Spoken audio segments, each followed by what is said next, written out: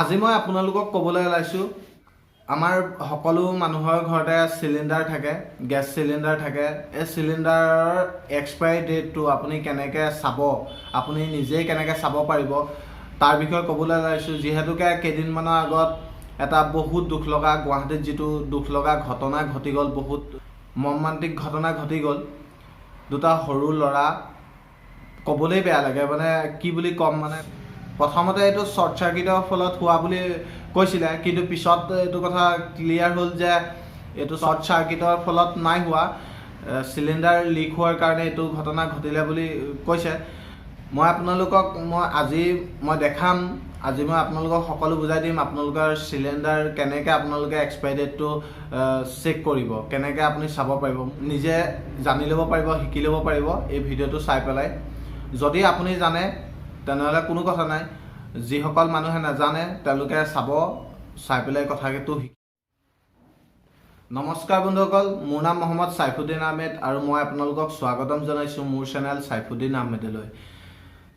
চিলিণ্ডাৰৰ যিটো expiry date, কেতিয়াবা ডিষ্ট্ৰিবিউটাৰৰ ভুলবশতঃ আমাৰ ঘৰত এক্সপায়াৰি ডেট পাৰ হৈ যোৱা এটাও আহি যাব পাৰে, বা এক্সপায়াৰি ডেট চলি থকা এটাও চিলিণ্ডাৰ আমাৰ ঘৰলৈ আহি যাব পাৰে। কিন্তু আমি যদি নাজানো তেনেহ'লে সেইটো যে এক্সপায়াৰি ডেট আছে নাই সেইটো আমি গম নাপাম।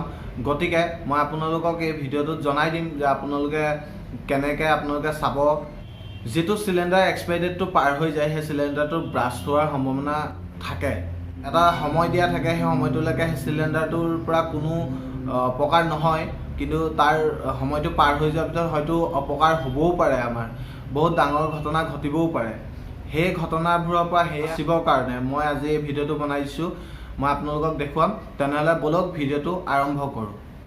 ইয়াত এতিয়া আপোনাৰ এইবোৰ লিখা আছে, ইয়াৰ বিভিন্ন কথা লিখা আছে, কিন্তু তাৰ মাজতে আপোনাৰ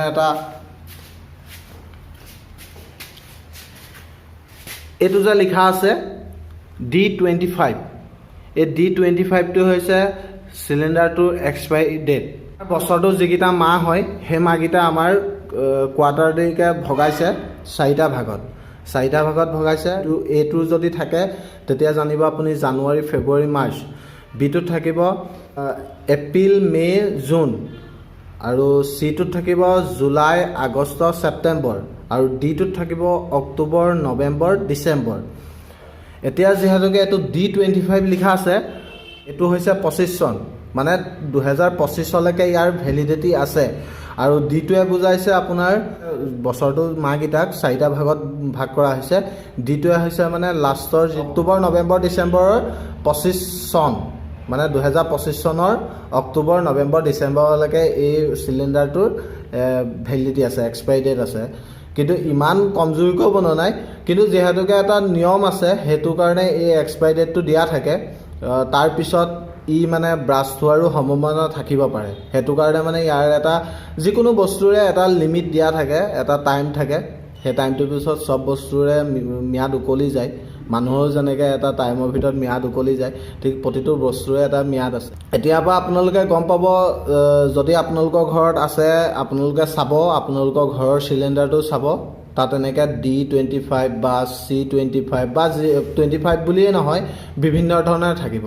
আপোনাৰ কিমান চনলৈকে থাকিব সেইটো উল্লেখ ইয়াতে লিখা থাকিব। আপোনাৰ নিজৰ ঘৰৰ চিলিণ্ডাৰটোত চাব পাৰে। গতিকে এতিয়া জানিলে আপুনি যে আপোনাৰ এক্সপায়াৰি ডেটটো কেনেকৈ চাই। মই আজি যিটো ভিডিঅ' বনাইছোঁ চাব গ'লে তেনেই সৰু কথা, কিন্তু আৰু বহুত ডাঙৰো কথা, কাৰণ এইবোৰ কিছুমান সৰু কথা নাজানিলে আমাৰ বহুত ডাঙৰ বিপদৰ সন্মুখীন হ'বলগীয়া হ'ব পাৰে। গতিকে মই তাৰ কাৰণে ভিডিঅ'টো বনালোঁ। যদি আপোনালোকে জানে তেনেহ'লে কোনো কথা নাই, যিসকলে নাজানে তেওঁলোকৰ কাৰণে ভিডিঅ'টো বনাইছোঁ, যিহেতুকে ইমান ডাঙৰ এটা ঘটনা ঘটি গ'ল। তেনেহ'লে দেখিলে কেনেকৈ আপুনি আপোনাৰ চিলিণ্ডাৰ ল'লে আপুনি এক্সপায়াৰি ডেটটো চাব পাৰিব। যদি এই ভিডিঅ'টোৰ পৰা আপুনি কিবা এটা নজনা কথা জানিলে তেনেহ'লে ভিডিঅ'টো লাইক কৰি দিব, শ্বেয়াৰ কৰি দিব আৰু ছাবস্ক্ৰাইব কৰি দিব। ধন্যবাদ। জয়।